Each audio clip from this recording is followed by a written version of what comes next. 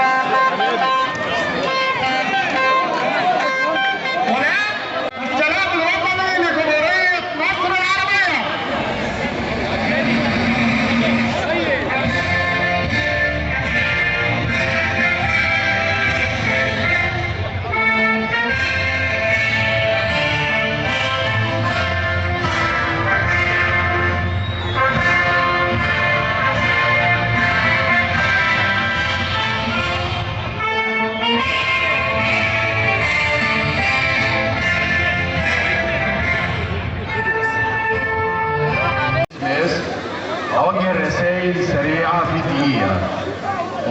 كفر خضر بلدي ومسقط رأسي وبعتز بيها، وبشكر كل أهل كفر خضر المضيافين بالطبعات. دي الرسالة الأولى. الرسالة الثانية بننعي شهدائنا في فلسطين، وبوجه رسالة للشباب وبقول ان احنا لازم نلتف حول القيادة السياسية ممثلة في فخامة الرئيس عبد الفتاح السيسي، لان احنا في لحظة حرجة. بتمنى التوفيق للفريقين، وعايز انوه ان فخامة الرئيس وجه من 24 ساعة بالتبرع بالدم، وانا تواصلت مع الدكتوره مدير بنك الدم الاقليمي، وفي تمركزين. التمركز الاول عند المحطه في طنطا، والتمركز الثاني موجود في المحله. اي حد، وبخصوص الشباب، بخص الشباب طبعا بالذكر، اي حد يرغب، واتمنى ان الكل يشارك بالتبرع بالدم لجرحى ومصابي فلسطين. وده على فكره تم بتوجيهات مباشره من فخامه الرئيس عبد الفتاح السيسي. كل عام وانتم بخير، واتمنى السنه الجايه الدوره ال 22 تبقى احسن تنظيما وجماهيريه من دوره 21. كل عام وانتم بخير. اترك المايك للاستاذ محمد عريبي، عضو مجلس الشيوخ وامين حزب مستقبل الوطن. اشكركم.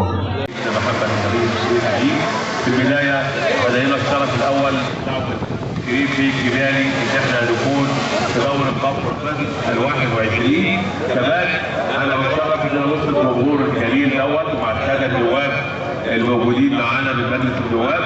وكمان انا عارف الدوره بالصدفه يعني النهارده ان احنا هيبقى في نهائي سيجر مع كفر خير، فاحنا من غير حاجه مش مشكله.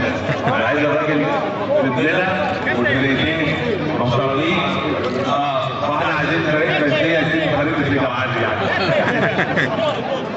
اولا كل سنه وانتم طيبين، ويا رب ان شاء الله دوري كابتن شريف لو قلنا 21 يبقى ال 22 23 24.